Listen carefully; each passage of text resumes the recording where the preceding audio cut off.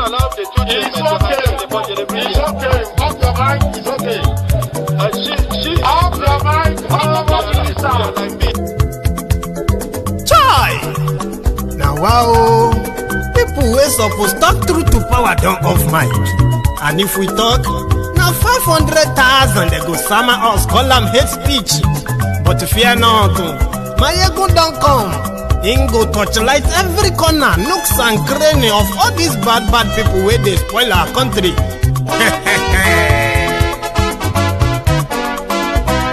So my people make we loud, oh yo yo.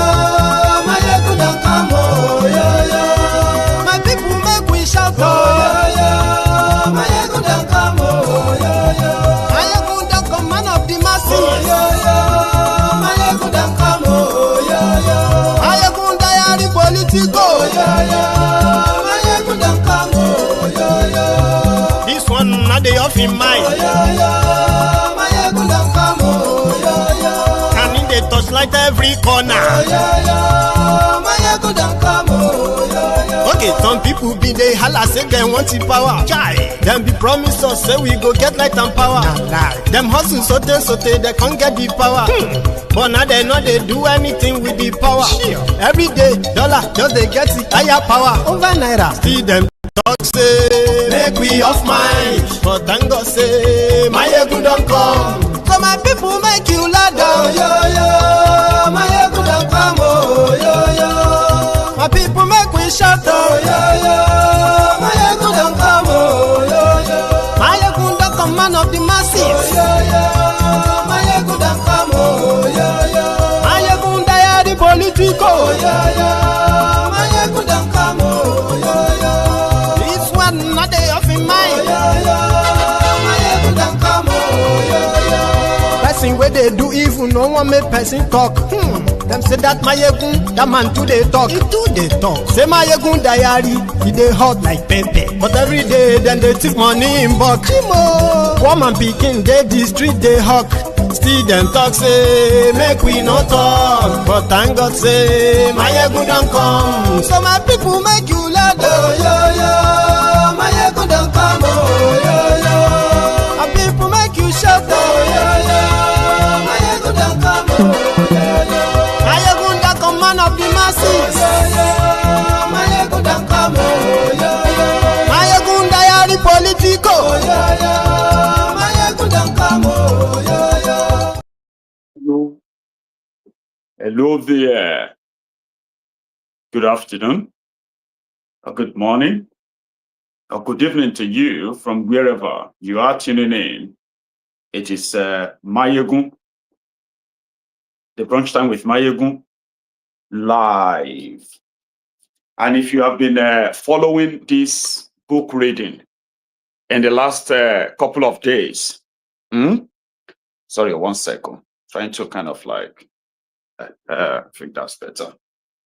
So if you have been following the reading of this book in the last couple of days, and it is a tropical dependency. So one thing about reading some of these historical pieces is that it actually helps to cement whatever conviction that some of us, have when it comes to what is wrong with Nigeria. So a lot of people have their own,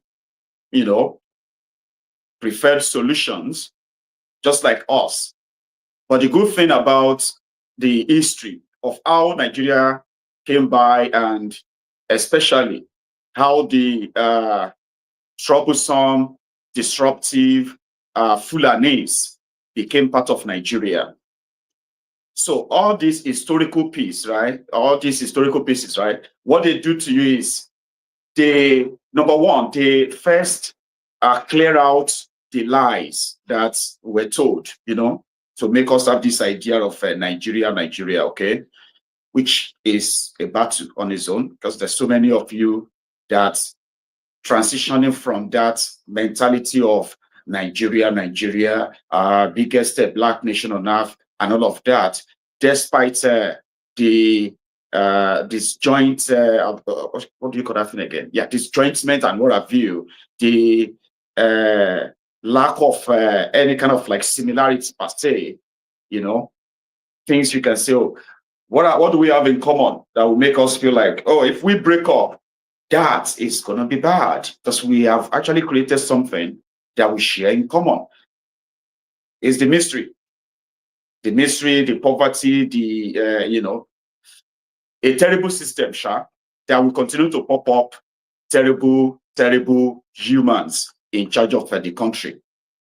So when you look historically, when you begin to understand the you know, the historical background of how Nigeria came to be, the purpose, the intention of every interested party that formed Nigeria, and then you realize that, oh wait, doesn't seem like they had a plan for the inhabitants per se, like the indigenous people. Every you know, every sort of foreign entity that has altered our, what do you call it, that altered our way of life as a people, they didn't do that because they probably cared for us. No, they did it because of their own different interests.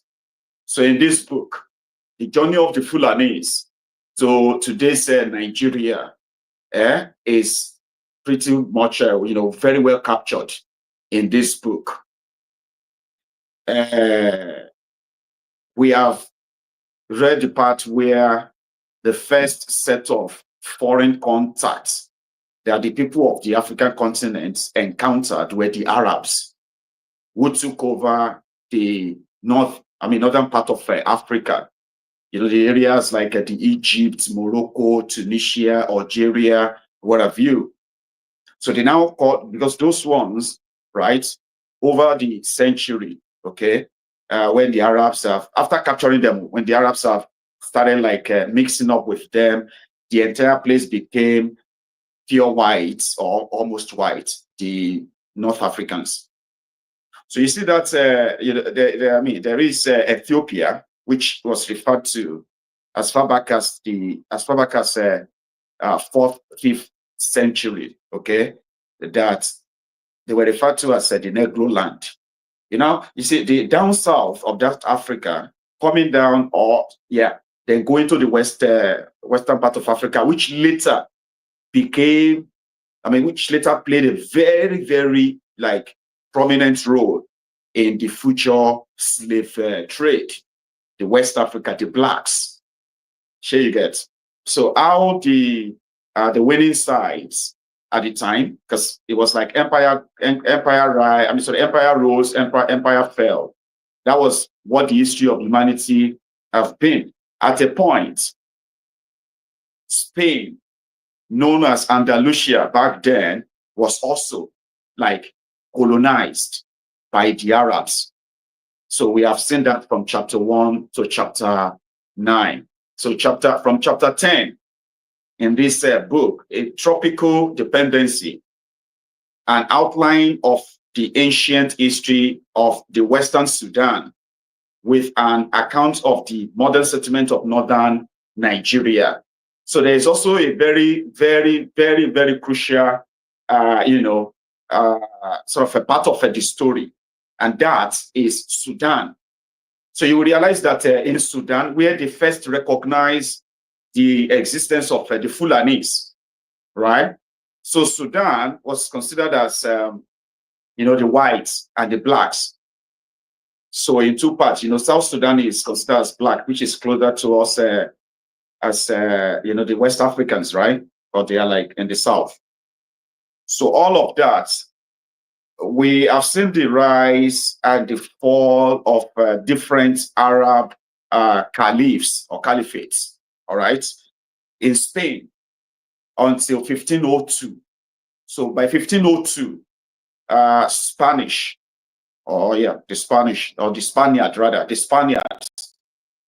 finally found their level, and they defeated the Arabs ruling over them at the time.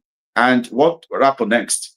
The Arabs had to migrate back to North Africa, which happened to be one of their territories at the time as well. They are colonies, put it that way. In all of this, so The Europeans have not had any contacts with Africans.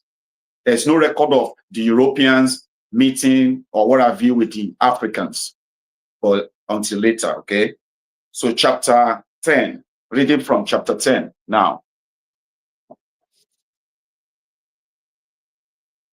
So the Berber and the Black. So because you know, there's this tribe called the Berber. They were conquered by the Arabs, and the Berbers were those who were living, according to this history, right? They were those who were living or existed, within the space of what do you call it, Morocco, the Tunisia, which is Tunis, as well as far as Algiers. So they were conquered and they became soldiers for the Arabs that helped them, blacks, okay, that helped them to conquer Spain. So until the Spaniards chased away the Arabs back to Africa, the Berbers themselves, right? They had their own eyes as well on the western part of Africa. So anyway, I'm going to read from chapter 10, or we shall continue reading from chapter 10. And I'm going to read for the next 2 hours, or when I'm tired. If I'm tired before 2 hours. So if you have other things to do, remember the brunch time with Maiyegun is just like listening to a podcast. You can listen to this like you are listening to an audio podcast. So if you are on your way to work, you just leave it in the background, keep driving. And when you get to work as well, if it's not really that, busy and all that, you can also listen to Maiyegun. It's just reading, like listening to, an audio podcast where you can still do things. Do you understand? And if you are just about to leave work as well, listen, you can listen to it on the site and you can engage with it as well. Thank you. So chapter 10, Berber and Black. These two roads forming together the great Western caravan route to the Sudan led each to a separate and typical objective.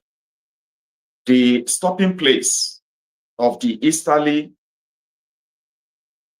branch was Odogast.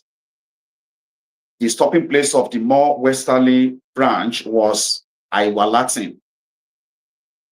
Odogast was also 15 days north of the present position of Timbuktu.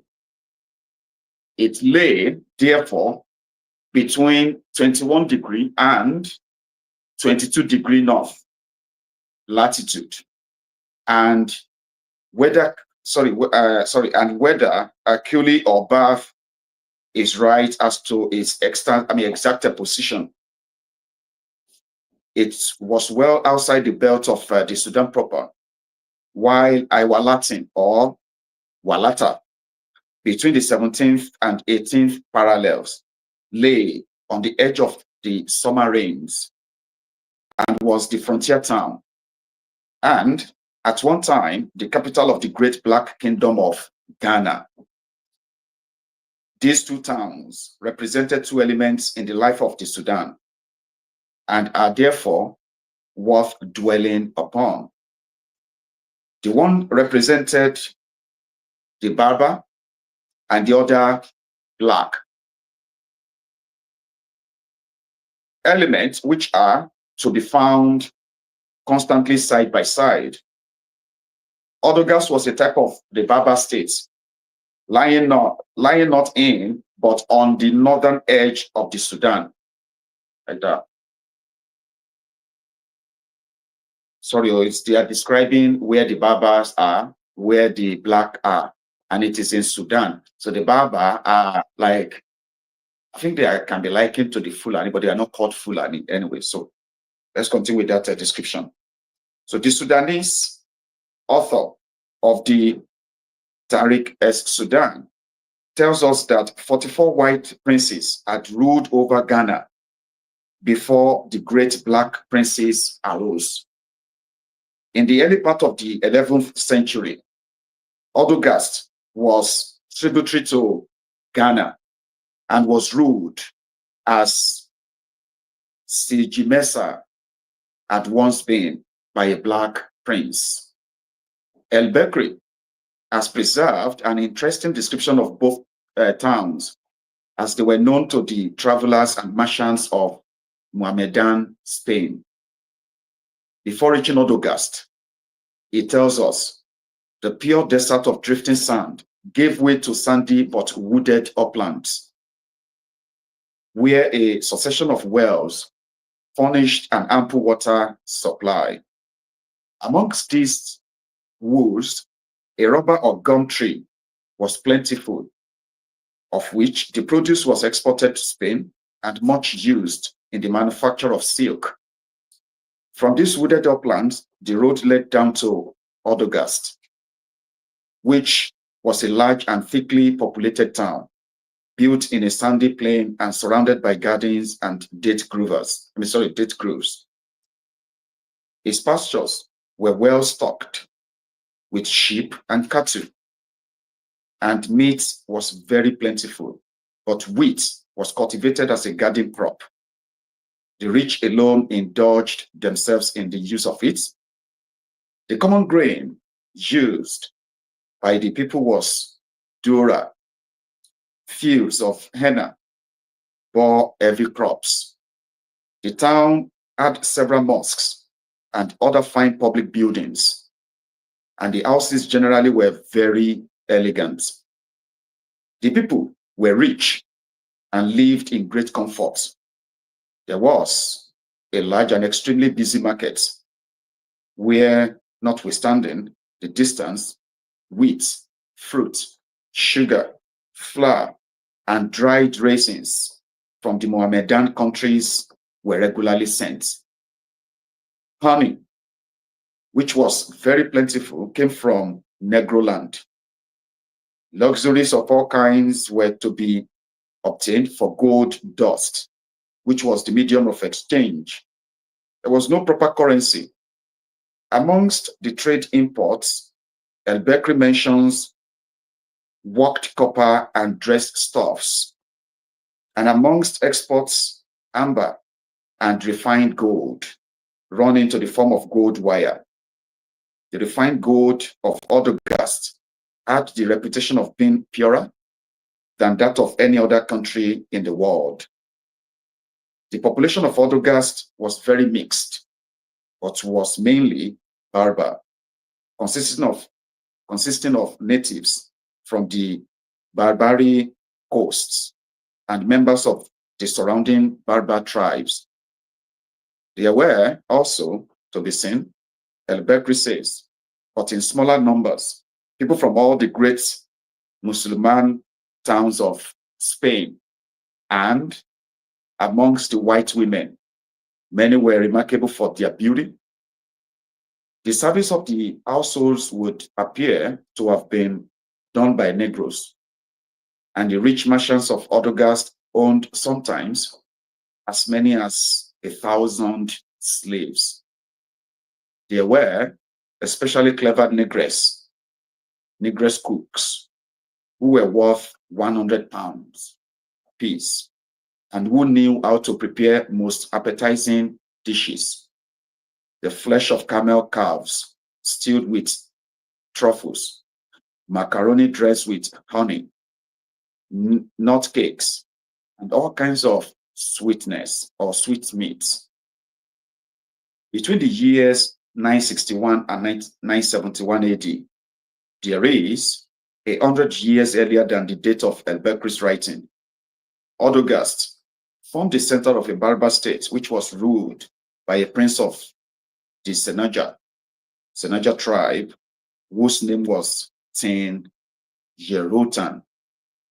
More than 20 black kings acknowledged his rule and paid tribute to him, and his empire extended over an inhabited country which it required 2 months to march through from end to end. He was able to put in the field an army of no less than 100,000 men, mounted upon trained camels. When the king of Massina, a Berber frontier state situated south of his territory upon the Niger, asked for help against a powerful black neighbor, he sent him 50,000 mounted men. The whole country from Odogast to the Atlantic coast was in those days in the possession of the Berbers.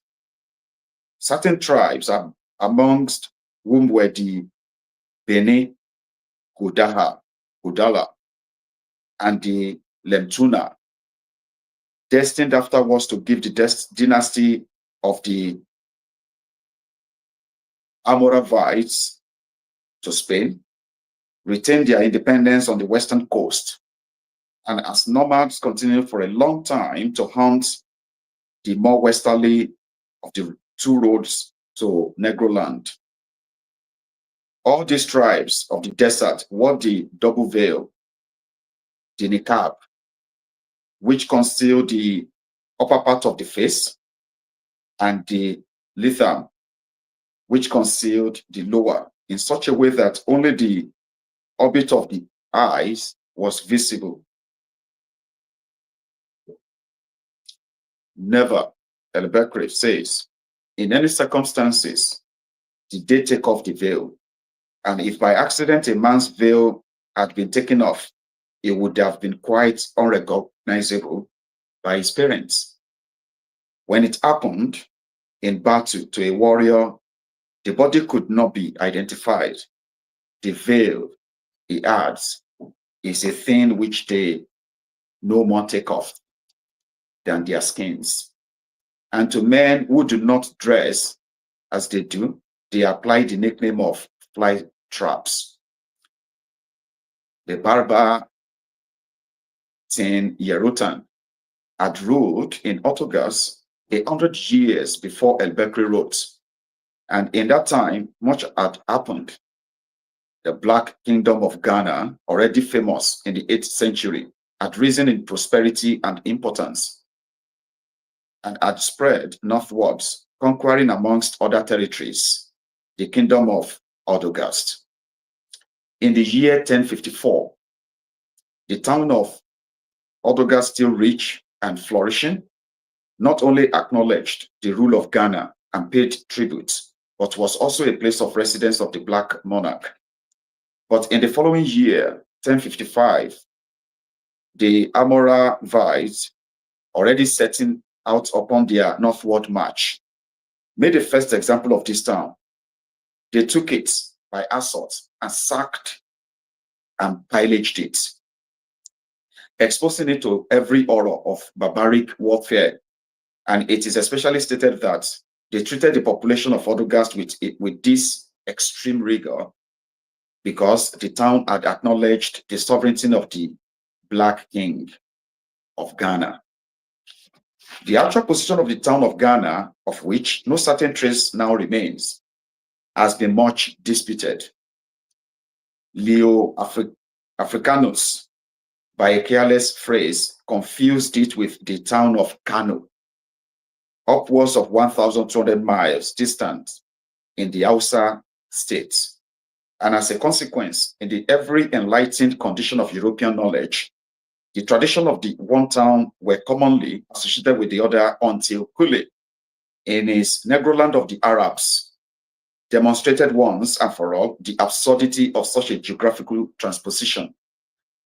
That the town of Ghana was somewhere in the west, situated between the Niger and the sea, and near to the issue of the Western Caravan Road from Morocco, is not questioned. The exact locality is uncertain, but it is generally held that it was some days to the southwest of Timbuktu, taking into consideration that it is constantly spoken of as the capital of the Kingdom of Ghana or Ghanata, and that capital is also sometimes spoken of as Biru and Walata, Ghanata, or Ghanata and Galata, Walata. So being interchangeable, and that Walata Biru, and Iwa Latin are one. Also noting the points of resemblance between the geographical description given by El-Bakri of the position of Ghana and by Ibn Battuta 300 years later of Iwa Latin. It scarcely seems to be doubtful that the Ghana of the 8th century was identical with the Iwa Latin of the 14th and with the Walata of today. We learn by extracts from a Hausa record, of which the original has unfortunately been destroyed, that the people of Ghana were anciently known by the name of Toroth, or Taurud, and that they claimed to have come from the territory lying between the Tigris and the Euphrates. In other words, they claimed descent from the Assyrians or the Babylonians, both peoples who had their origin in the Taurus Mountains and reached their highest development in the valley of the Euphrates and the Tigris.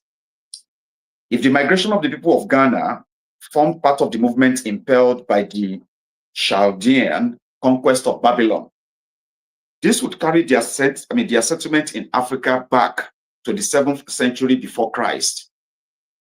It may have been much earlier. When Alexander the Great took Babylon, he sent back for the information of Aristotle records of Babylonian astronomical observations extending over 1,903 years. Among the people ruled by Ghana in the Arab period, one of the most important was known by the name of Wangara, or Wakore, of whom many were Fulani. The Wangara, at a later date, migrated eastward into the Hausa states. These people claimed on their part to have descended from the Persians. When at a later period, they moved eastward from Ghana to Hausa land.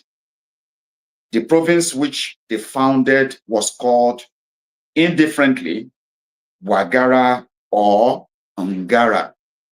It is therefore interesting to find that in the Ramayana, the Indian epic or Raja of Ungar is mentioned among those who paid tribute to the famous Dasaratha. Commentators who were in no way concerned with African history have agreed that Ungar must have been a province of Persia on the northern frontier of India. We get, therefore, somewhere about the time of Moses, a spot in Persia whence the Wangara may have originated. The fact that Persian influence extended at a very early period to the black countries of Africa is also attested by the ruins of Persepolis, where amongst the bas-reliefs believed to have been carved in commemoration of the glories of Cyrus and his immediate successors. There is one which shows the king in that act of receiving tribute from the ambassadors of subject nations, and amongst them, there is a Negro. Niebov tells us that the profile is unmistakable and that the hair of the Negro is so carefully carved that it is impossible to mistake it for the hair of an Asiatic.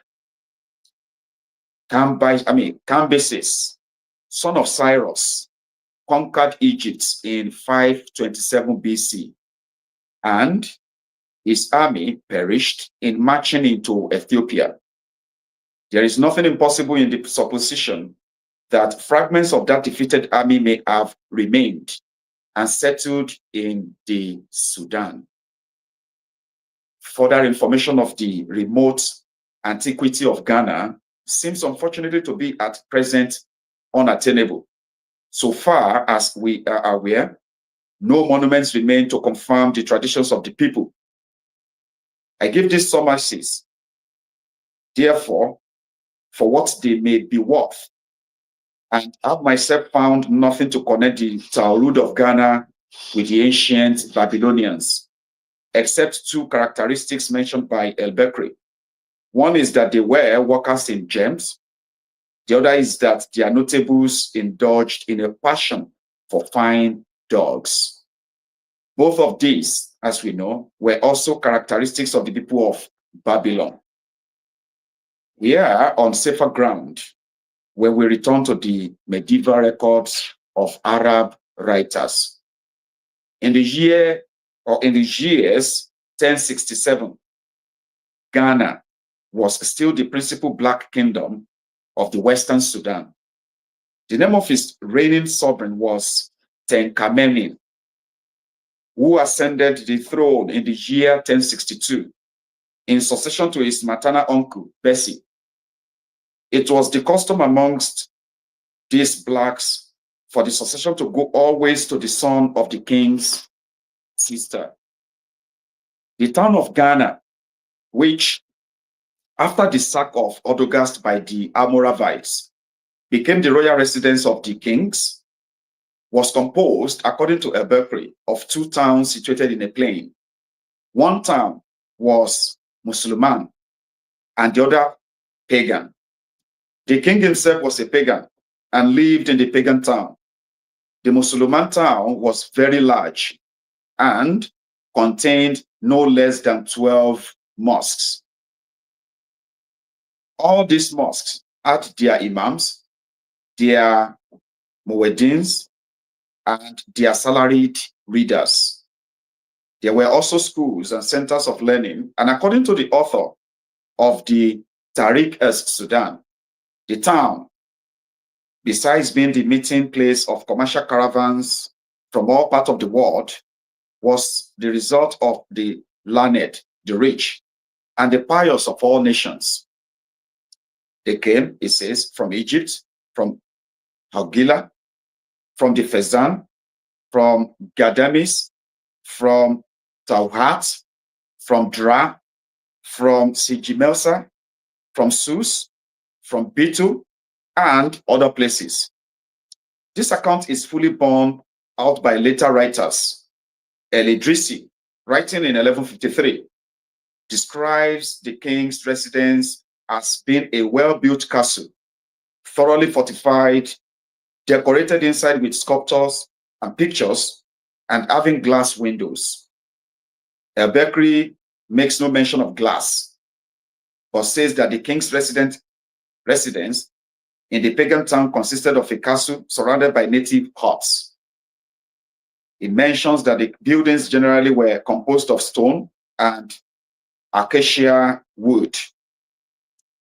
The native town was 6 miles distance from the Muslim town, but the whole place was covered by suburbs, consisting of stone houses standing in gardens. In the native town, there was one mosque for the use of Mohammedans occupied on duty round the king. The king's principal ministers and advisors were at this time Mohammedans, and he and his heir presumptive wore Mohammedan dress. But the religion of the country was still devoutly pagan, and all other persons' native religion, except the king and his heir, wore robes of cotton, silk, or brocade, according to their means. The local religion, evidently different from the paganism now practiced among the lower class tribes upon the coast, had yet certain point of resemblance. So it was more or less like, you know, the Arabs, who were actually the first sets, like I said, the first foreign contact to access Africa as far back as, you know, like a 3rd or 4th century. Do you understand? So the areas where they conquered, as well as the surrounding areas, they had their influence that spreads so vastly, like their influence spread so vastly, right? That their means, from what we have read so far, though, right? They influenced, they brought science, they brought, you know, art, and their religion, of course, dress, and what have you. So Ghana was never really colonized by the Arabs around this time. I don't know if it happened later, because the Almoravids, or what they are called, getting chased from Spain, returning back to North Africa. So now they decided to go down south, the west and all that, to see, like access to Negroland, a place where they were never really interested. But nevertheless, their influence actually really spread that much that even like as described in this in that paragraph, right? The Ghanaian king was pagan. Now, in Ghana, the old Ghana, right? They had their two towns, apart from the suburbs, okay, two main like big towns. So one was like a Muslima. So Muslima are today's Muslim, that we call them Muslim, Islam, and what have you. So they call them Muhammadan. And the Muhammadan are like the Musliman. So they have the area that they're like, in Ghana, they're like, this place is owned by the Muslimans, and this one is by the pagan. So if you choose any religion and you decided to, and I don't think they probably have had the chance of bringing Christianity. So that's why people said that it was the Arabs that first had contact with Africans. The slave trade, where they started it enough that or more. It was later that the Europeans now came with their own Christianity and what have you in a large scale as a campaign and all that. Okay, so anyway, let us continue. We are still in chapter 10, by the way. So they said the royal town, says El Bekri, was surrounded by groves jealously guided, which were sacred to the worship of the gods. Here dwelt the priests who directed religious worship. No other person was allowed to enter or to know anything of what happened within their precincts. Here were the idols of the nation. Here also were the tombs of the kings and the royal prisons, in which, if a man were once confined, he was never heard of again. From the description of the royal funerals, it may be inferred that a new grove was planted for each tomb. On the death of a king, the custom was to construct a great dome of wood on the spot, which was to serve as his tomb. The body was then laid upon a couch covered with drapery and cushions and placed within the dome.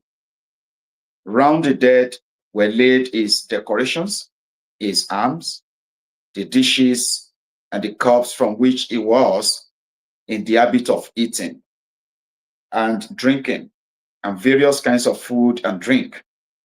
With the body of the sovereign were enclosed several of his cooks and attendants. The edifice was covered with cloth and mats.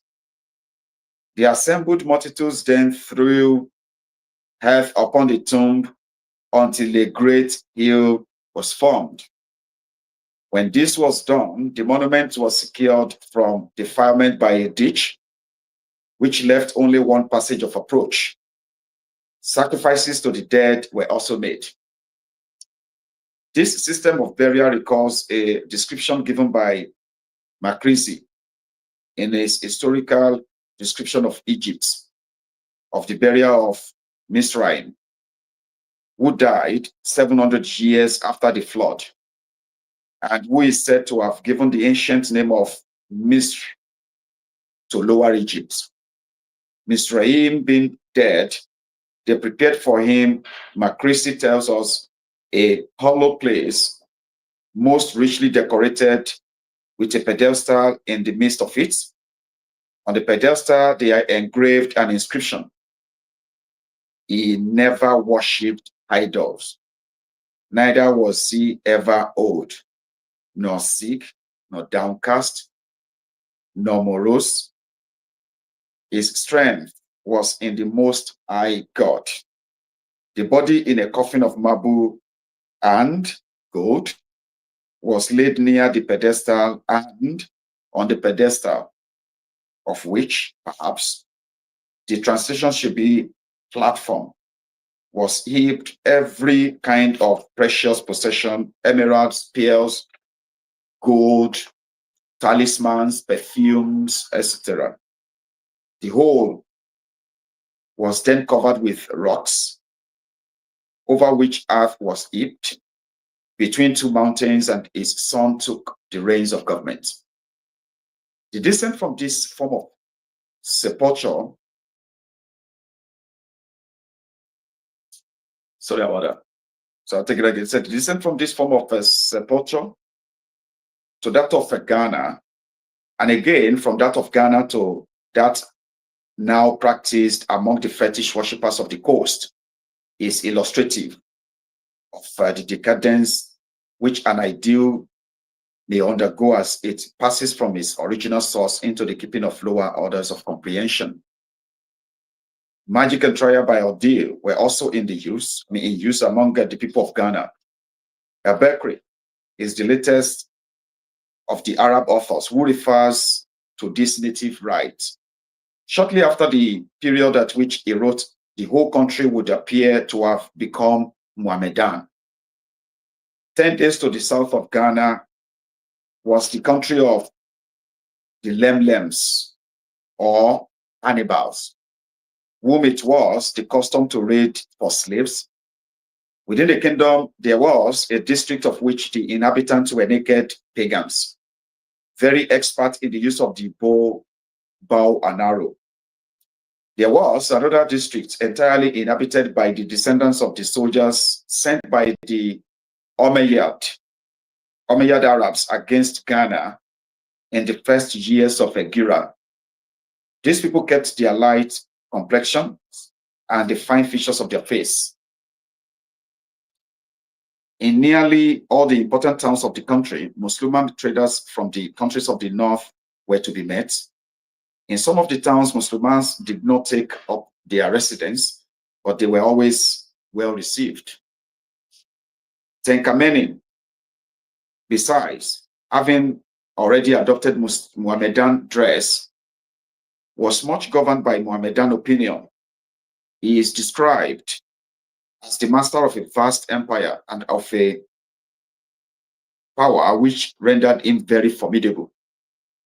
He could put in the field an army of 200,000 men, of whom more than 40,000 were armed with bows and arrows.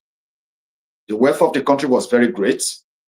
The soil was fertile and gave generally 2 crops a year. Was that all nuggets found in the mines of the empire belonged to the sovereign, while the public was allowed to keep the gold dust?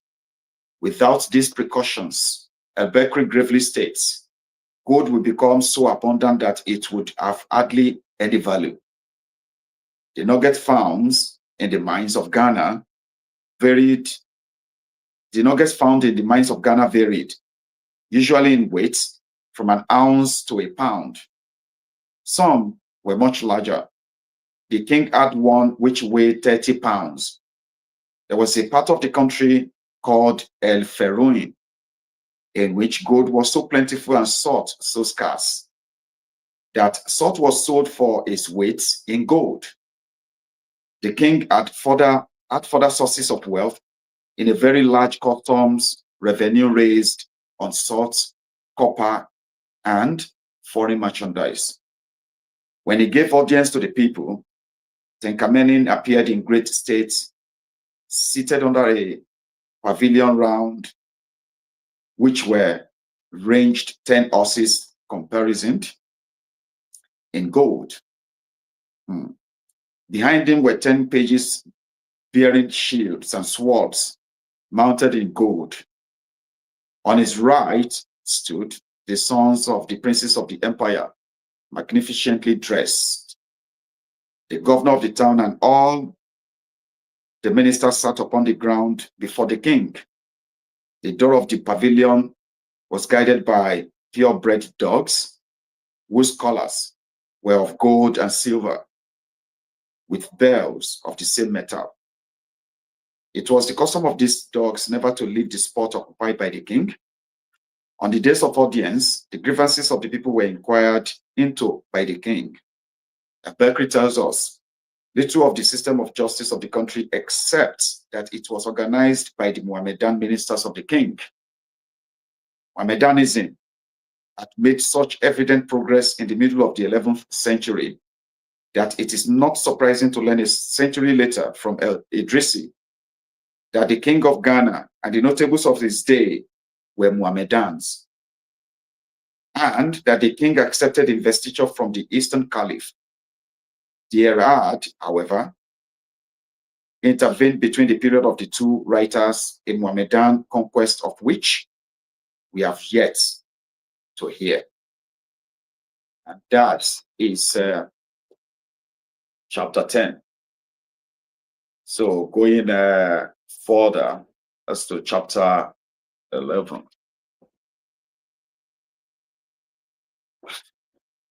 So we still haven't gotten to, slowly and like, slowly but surely, we are getting, apart from the Fulanis being mentioned, right? We are getting to have an idea where they originated from before they ended up in Borno, Kanemi, and then becoming the what they call the superior race, according to the British, who write so much about them. And indeed, said they could trust them with power. So when they were leaving Nigeria, the end of colonialism, so why they found the Fulanis and their likes from the northern part of Nigeria today as superior race. And you see the idea of born to rule that we talk about in these northerners, it didn't start today. So how did it come by? It's what we are now getting into, or we will get into. We're just still like getting close little by little. So another thing is that I know sometimes the timing matters and all that, okay? You see all these books that we read in the studio here, they were books donated by the Templars. You know that. There are so many of us here who said, Bonjour. So there are those who said here that we need to bring back the reading culture so that's to encourage us, especially the younger generation, to read the history of their history beyond just what they put together for us to socially condition us. So you get that we must read our history. And it's also to encourage. It's to encourage us to pick up that book, read more. Stop listening to what people said. Like I just said, this one said and said. These days, what you have in Nigeria is, is this state-sponsored agenda of division, agenda of hate, where history is manipulated and described as some people feel, whatever, the side of history that sort of back their biases and all that. So pick up the book and read, probe, question. Don't ever be prisoner of history. Prisoners of history are those that just want to learn how to continue what was probably like a historical hatred against this tribe or that tribe, right? Or you are supposed to, when you read your history, you're supposed to learn from it so that whatever good they did, you learn from that. Whatever bad they did, you also do your best to never repeat them. That is how you can be that's how you learn from history without being the prisoner of history. Majority of us actually chooses to be prisoners of history. They don't even read the history. It's just what somebody says. So now let's go to chapter 11. Again, That's just about, let me see, 1, 2, 3, 4, 6. So that's about 8 pages. So let's eat through that and see if we can do chapter 12 as well. So share the broadcast, okay? Share it as it should be.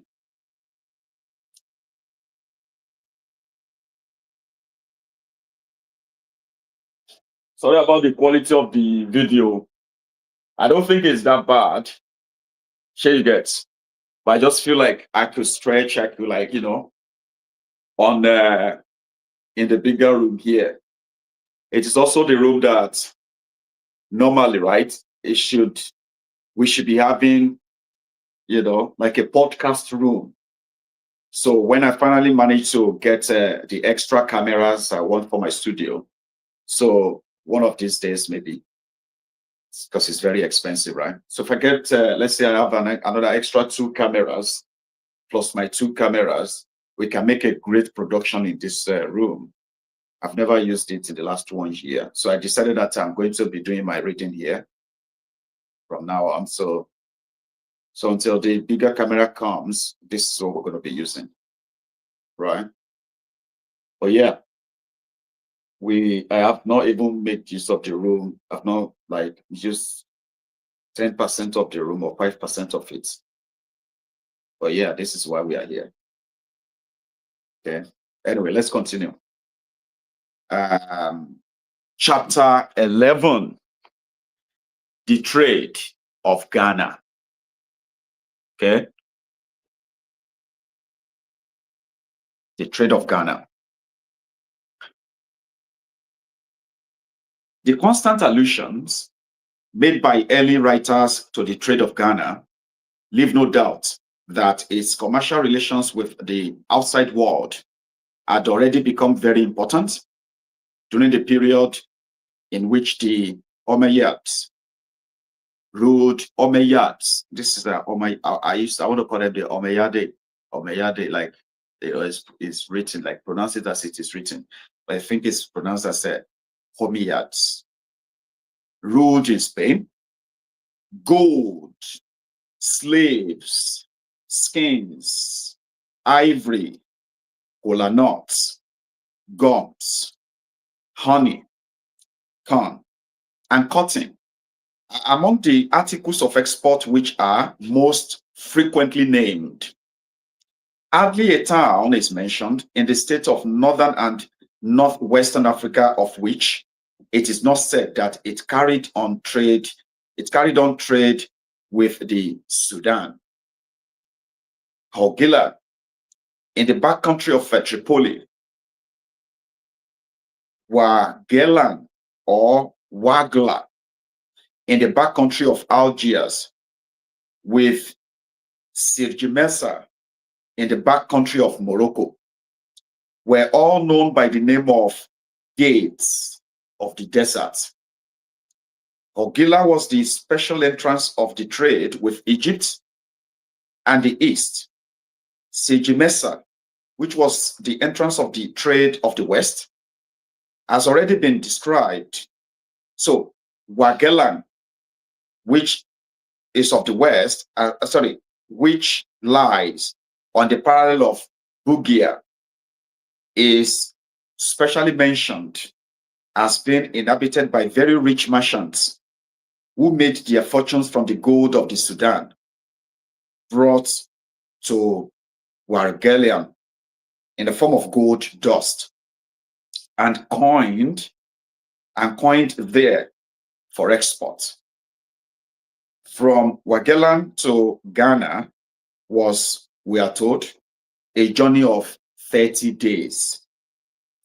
At a somewhat later date, towards the end of the period of the Omeyyades, we have a circumstantial account of how the ancestors of the historian Al-Makari carried on a trade between Europe and the Sudan, by which the fortunes of the house of Makari were laid.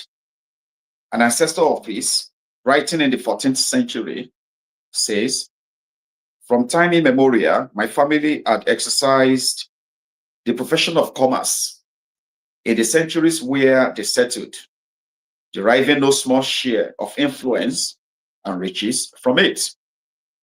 They furrowed the sands of the desert in all directions. They dug wells and facilitated traveling in the Sahara, thus affording security to merchants and travelers.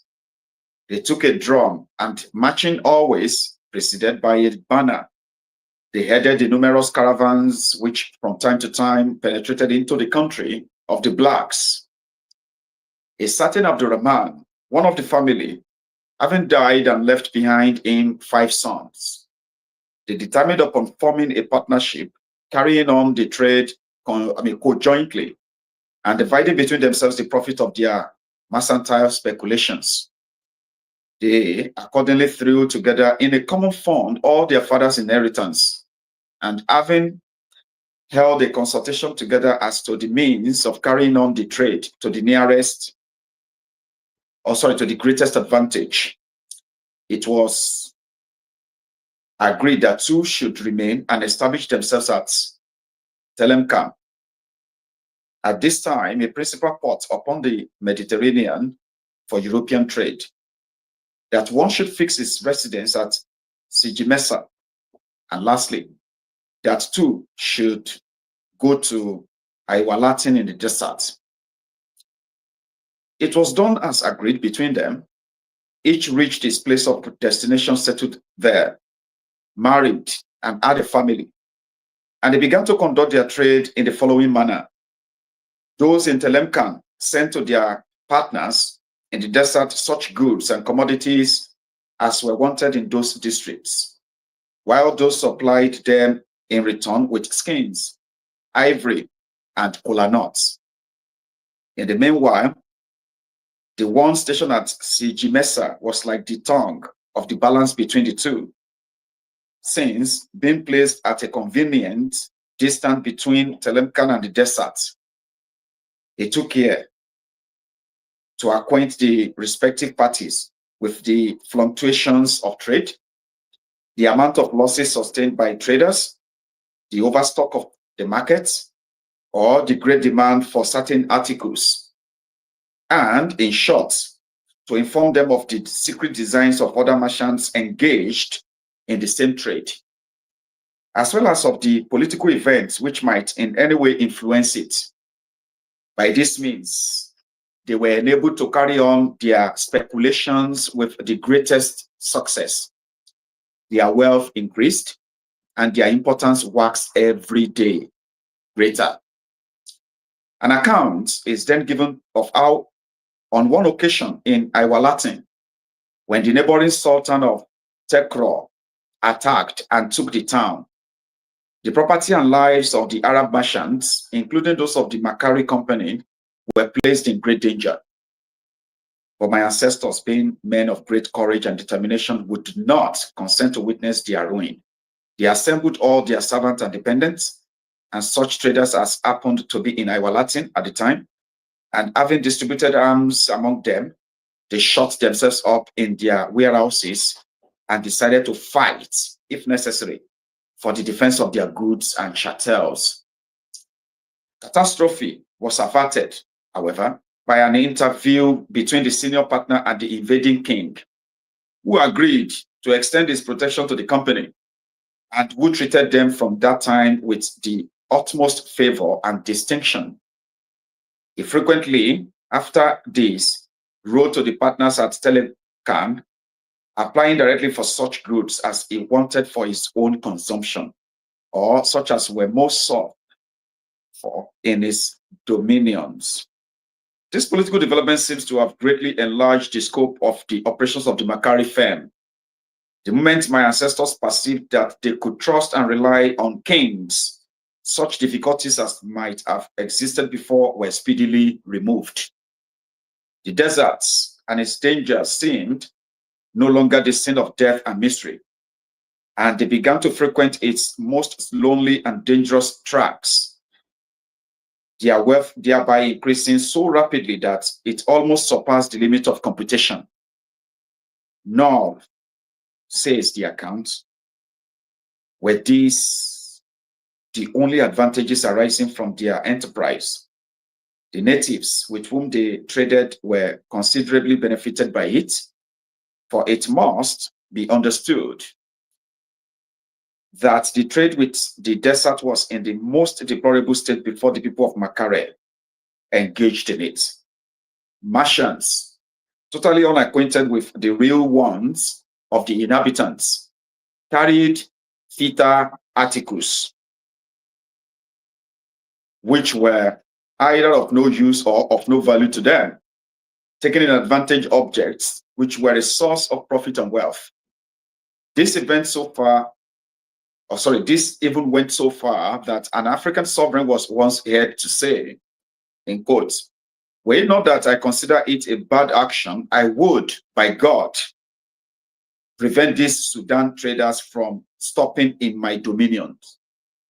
For theta, they go with the most paltry merchandise and bring in return the gold which conquers the world."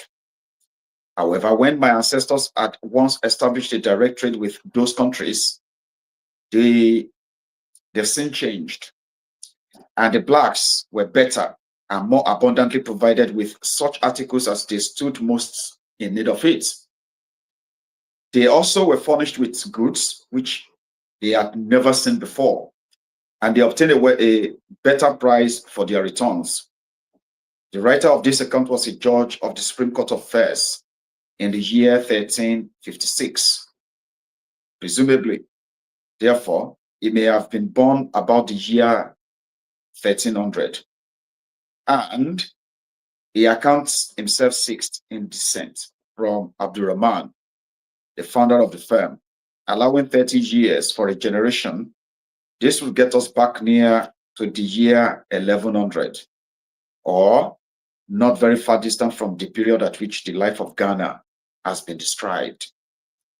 The allusion made in the incidents which had been related to the successful attack upon Ghana by a neighboring king may be taken, perhaps, to presage the conquest of Ghana, first by Susu and then by Nelly, event which took place, the first in the 12th and the second in the 13th century.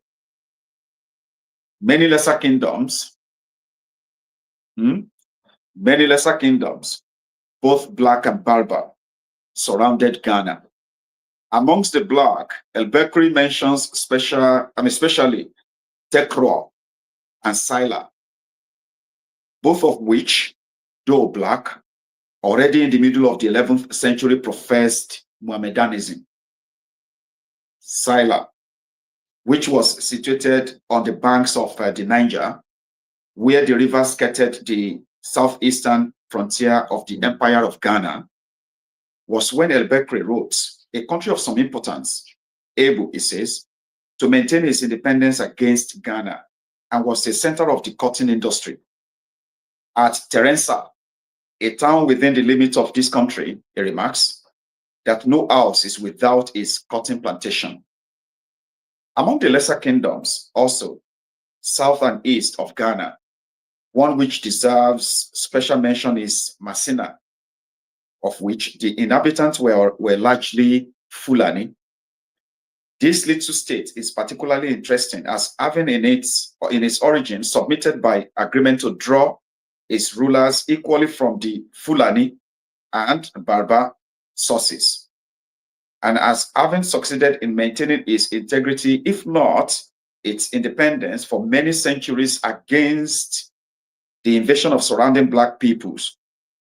It has been already mentioned as having solicited with the success the assistance of Tin Jerutan, the Berber king of Odogast in the 10th century, against his black neighbors of Augam.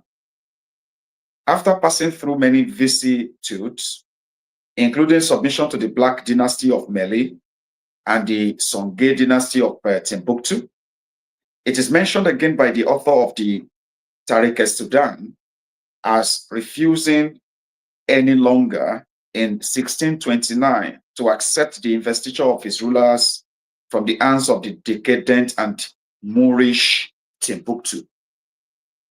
But it does not fall within the scope of this book to attempt to deal with the many nations of the Western Sudan who arose and fell within a period of 1,000 years. For the purpose of tracing the course of a civilization through the Fertile Belt, it is enough to mention a few of the most important. Amongst these, Mali followed most closely upon the footsteps of Ghana. But at the end of the 11th century, it was a mere town mentioned by El-Bekri under the name of El Melel as occupying a position of no great importance on the bend of the Niger. Its kings were at that date already Mohammedans, but the mass of his people were still plunged in idolatry. Little would seem to have been known to the Spanish Arabs in El-Bekri's days of the countries lying eastwards of the bend of the Niger. El-Bekri gives, however, a very accurate account of the course of the Niger throughout the northern portion of the bend, describing some of the principal towns, though not all, which were at that time in existence on the part of the river known as the Ras El Ma, or head of the waters, were near to the present position of Timbuktu. The river, according to El-Bekri's description, leaves the land of the blacks and run eastward for 6 days to a place which he calls Tirka, before turning south by the famous city of Kago or Kahogo. El-Bekri tells us little of the place, of which the author of the Tariq Sudan says that it was a city in the days of pharaohs. It has been generally identified as occupying the position of the present town of Gao. El-Bekri's knowledge of it went no further than to enable him to say that his king was Mohammedan, though the people were still pagan, and that from this point the Niger ran southward into the country of the Demdems, or cannibals. In the immediate neighborhood of this place, there were, it tells us also, a great quantity of mines which furnished gold dust. Of all the countries of the blacks, it was the richest in gold, and foreign and black merchants, whom he designates by the name of Nogamarta, were constantly occupied in carrying this gold into all countries.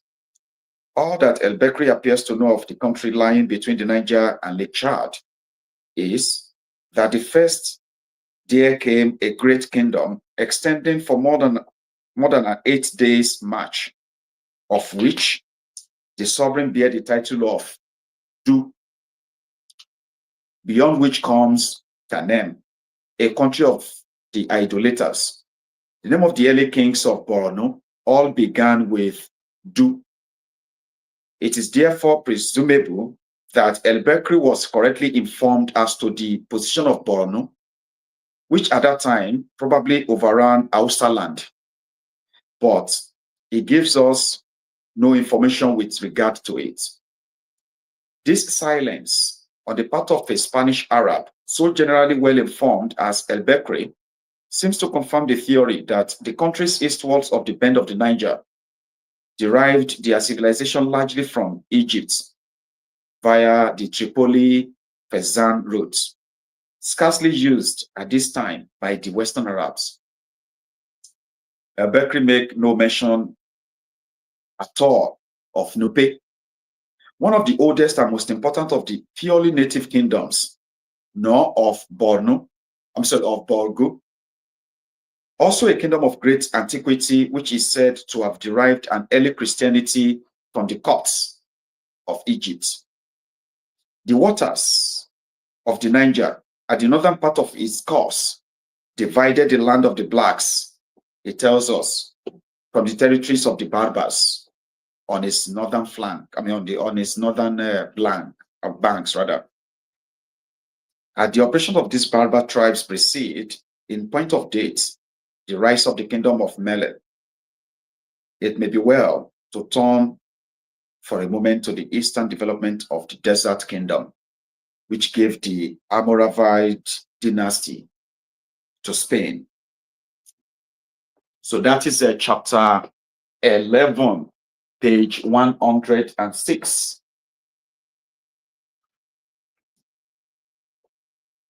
So it's coming up now, gradually coming up. So we have heard the existence of a Fulani community in the old Ghana. That's like in the 11th century, right? Fulanis.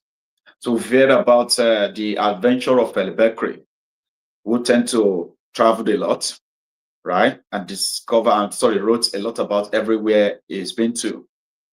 So we are going to find out who else, right, documents the movement of the Fulanis to Borno, Kanemi, Kanemi, and even Hausa land. And what year was that? I believe it's 1804. See, and we are still right here. We are still I think it's only one time that they mentioned 1652 or something. So we are still pretty much at 11th century, 11th or 12th century. That is year 1060 something to 1160 something. So we have chapter 12 again. Morabite conquest of the Sudan. Okay. So here is the Morabites. So let's go to chapter 12.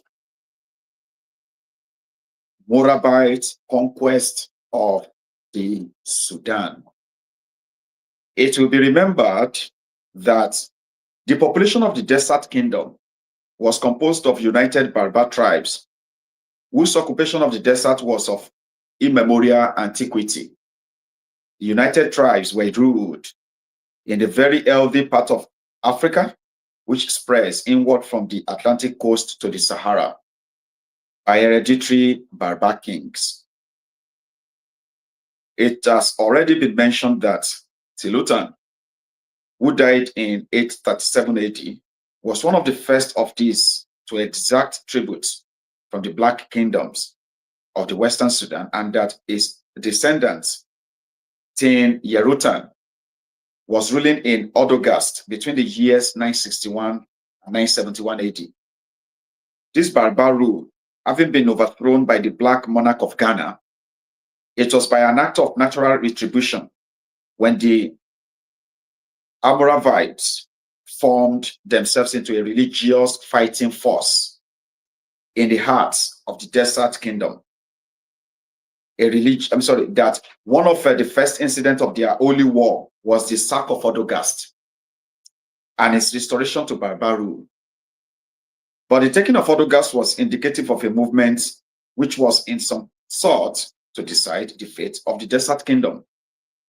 At the moment at which El Bekri wrote, this ancient kingdom was about to divide itself permanently into two sections, of which one, moving northwards under the Morabite commanders, was to renew the power of Africa upon the throne of Spain, while the other, breaking away from his brethren of the north, was to follow the road suggested to his armies by the taking of Odogast, and having carried the banners of the crescent from the shores of the Atlantic to the Nile, was to scatter itself eventually in divided communities along the southern edge of the Sahara deserts. The Desert Kingdom itself disappeared. But in Africa, the northern branch of the Almoravids left a permanent mark upon history by the foundation of the town of Morocco, while the southern branch left a no less permanent record in the foundation of Timbuktu. These two towns came into existence within 25 years of each other. They were born of the same Almoravid parents and were the outcome of the same religious and political upheaval. El-Bekri, safe in the seclusion of the court of Seville, to which, before his death, the Almoravids were to march as stand deliverers from the Christian yoke, was aware of the formation of the sects on the southern frontier of the Desert Kingdom. He had heard of the taking of Odogast and of the advance to Sijimesa in 1056, but after the taking of the latter town, he had evidently received only imperfect rumors of the reorganization of the Almoravids under their new leader, Yusuf. He makes no mention of the foundation of the town of Morocco, which took place in 1062, and writing, as he expressly says, in the year 1067, he no doubt gave the latest information possessed at Seville when he says, the present emir of the Almoravids is Abu Bakr, but their empire is broken up and their power divided. They now maintain themselves in the deserts. It is to Ibn Khaldun that we turn for the fuller history of this movement. The northward march of the Almoravids has been related in an earlier chapter.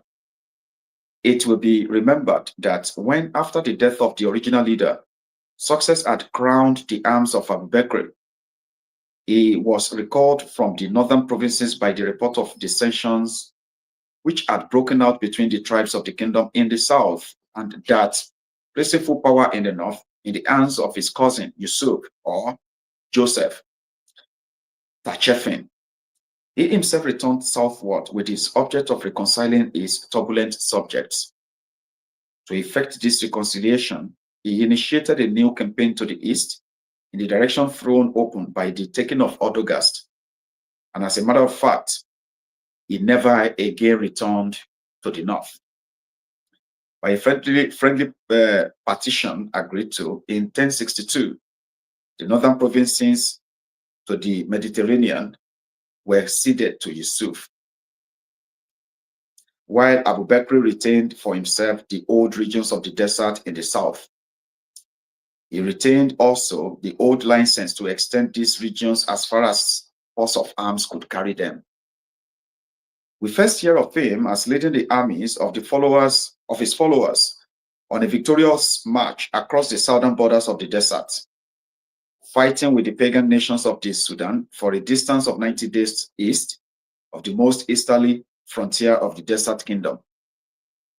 In these territories, as he conquered them, he assigned areas for the habitation of the principal tribes who had united beneath his banners. But these territories were not in the Sudan proper, as we know it. They were north of the Great River, and Ibn Khaldun, describing the position occupied by their descendants who were still all wearers of the veil 300 years later, especially tells us that they had never territorially occupied the Sudan, but remained in the deserts, changing nothing in their ways. Always divided and disunited by the diversity of their habits and their interests, they formed, it says, a cordon of desert notions upon the northern frontier of the Sudan, separating its territory from the sandy regions that lie between it and the states of North Africa and Morocco. By the end of the 14th century, when Ibn Khaldun wrote, this cordon of desert nations stretched from the Atlantic to the Nile.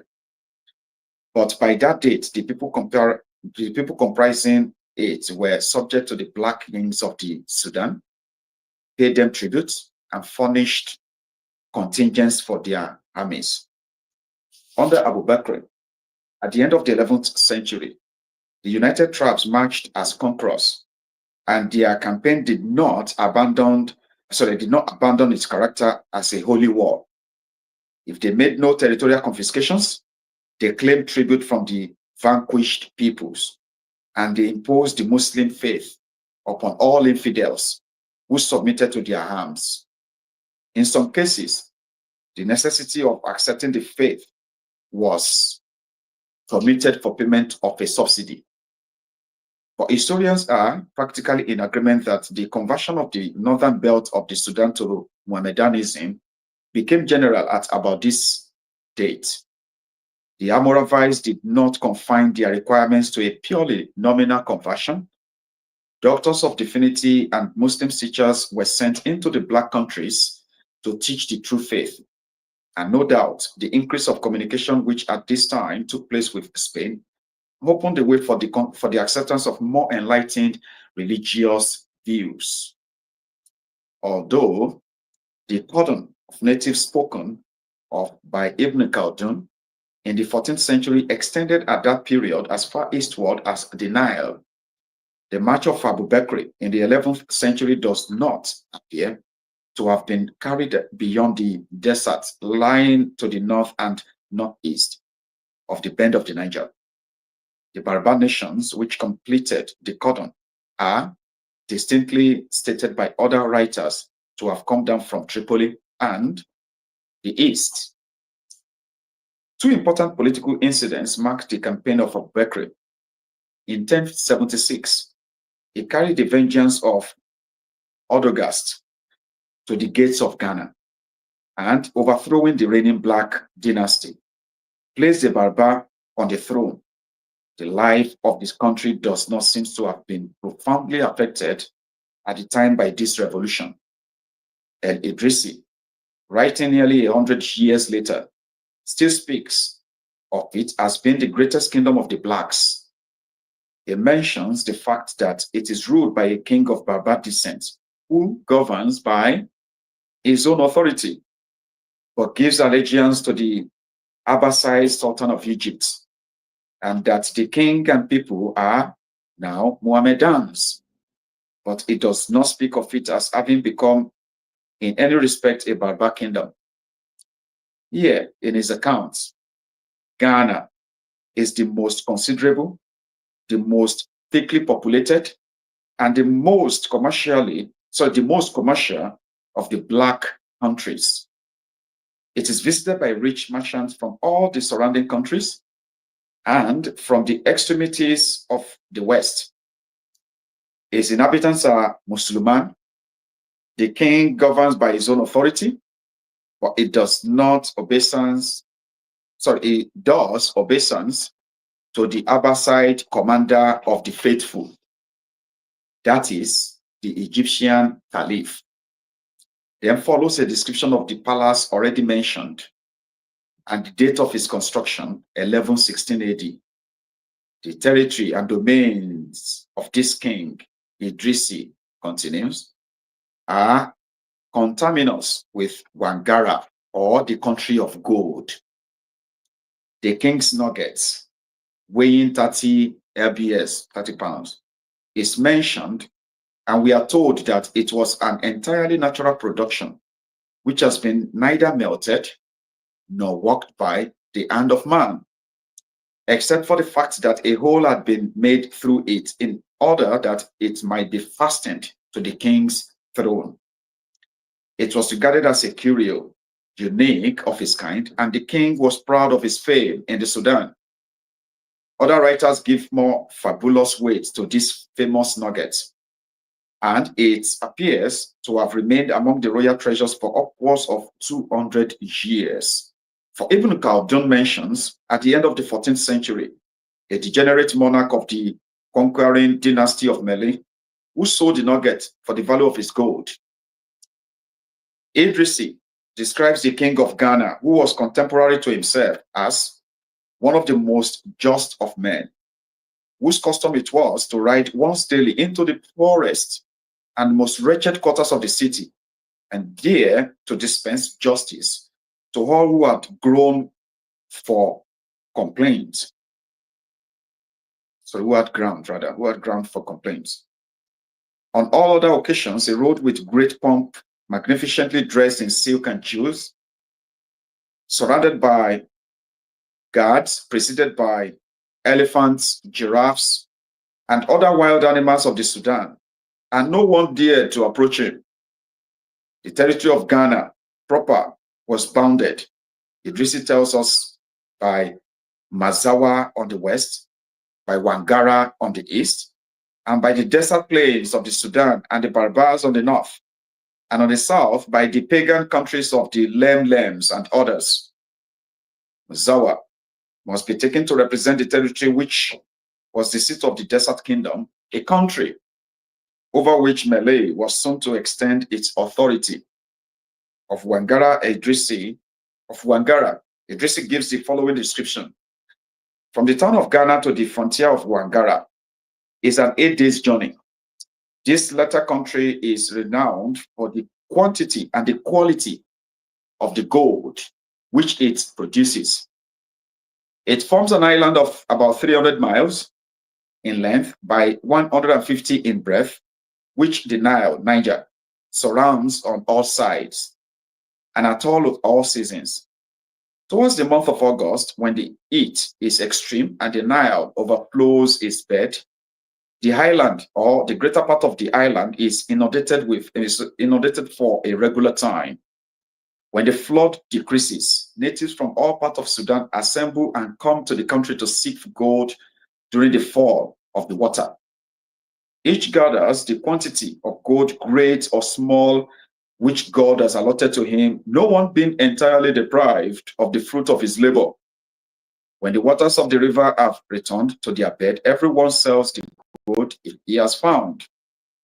Greater part is bought by the inhabitant of Wagalan, and some by those of the extreme west of Africa, where the gold is taken to the mint, coined into dinars, and put into circulation for the purchase of merchandise. This happens every year. In Wangara, inhabitants are rich. They possess gold in abundance and receive productions which are brought to them from the most distant countries of the world. That's quite interesting though, right? Like for more than 1,000 years. I say up to 1,000 years, okay. For nearly 1,000 years. No, it's 1,000 years, right? For more than 1,000 years. Ghana. Look at how many kind of like interested parties from outside Africa who have been exploiting the Ghanaian gold. You know, like just imagine that for like, and here we are, the generation that are here today, the Ghanaians and all of them, they here, you know, they have so much gold that they even named them Gold Coast by, you know, by the colonialists. Gold Coast, the coast of Ghana. 1,000 years. And they still have a lot of gold. But the difference between then and now, no, there is no difference. Because I wanted to say the difference between then and now is that back then, people could go in and take the gold for themselves. The king would take some, the people will keep the rest. But today, it is the politicians, you know, the politicians who knows where the gold is. They have a deal with, you know, this foreign interests that they call foreign investors who are now in Ghana mining their gold. The people who just know they have gold, but they don't see it, right? So whatever it is that was supposed to come to the people now goes to the criminal politicians, right? That's the only difference. 1,000 years that the resources of the people have been pretty much like stolen away, dragged from them. They were even killed. Some of them have been killed for centuries, though. They have been killed just because of that, their resources. Interesting. So, finally, the last two paragraphs. So the change of dynasty in Ghana between the 11th and 12th centuries altered little. Therefore, in the habits or prosperity of the country, it serves principally to illustrate the alternating rule of black and white sovereigns, which was apparently accepted without difficulty in the Sudan.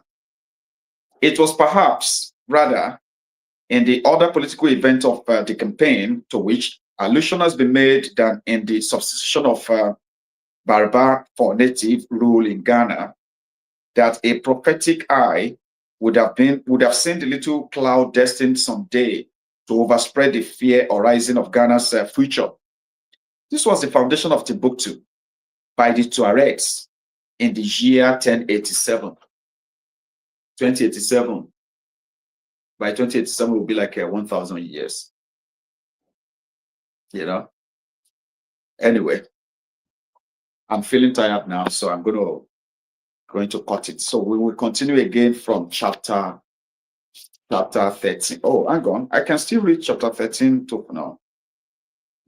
We'll continue from chapter 13 the next time.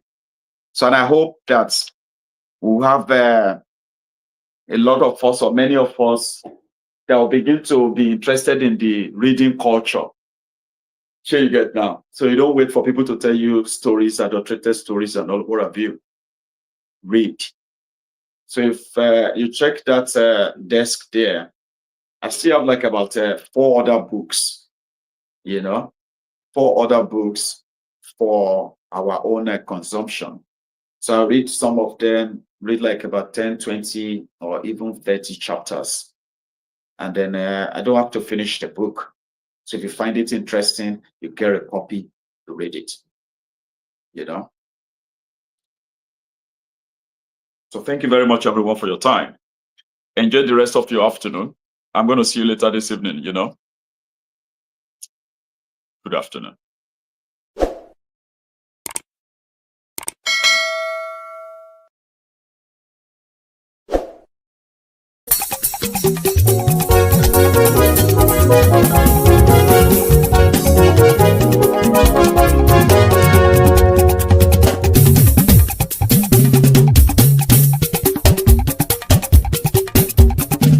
Maiyegun làwa mọ̀ làmọ̀ tó dòdòdò.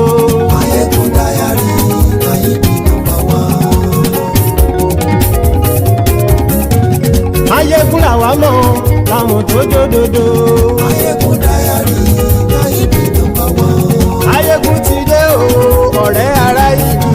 Maiyegun Diary, Maiyegun #1.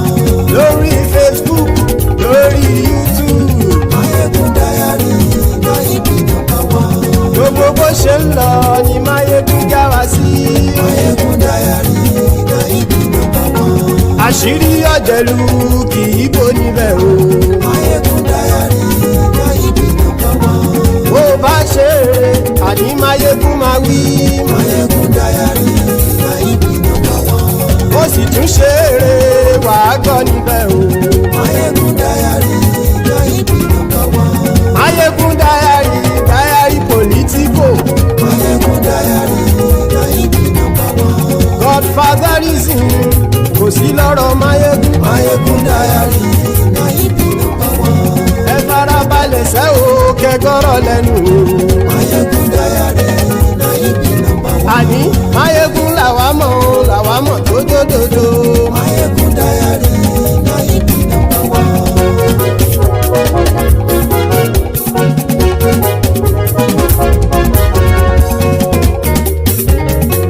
Àní ẹ̀sùn ràkì. Maiyegun ti dé. Maiyegun ti dé. Ọ̀jẹ̀lú ẹ̀sùn ràkì. Maiyegun ti dé. Àní ẹ̀sùn ràkì.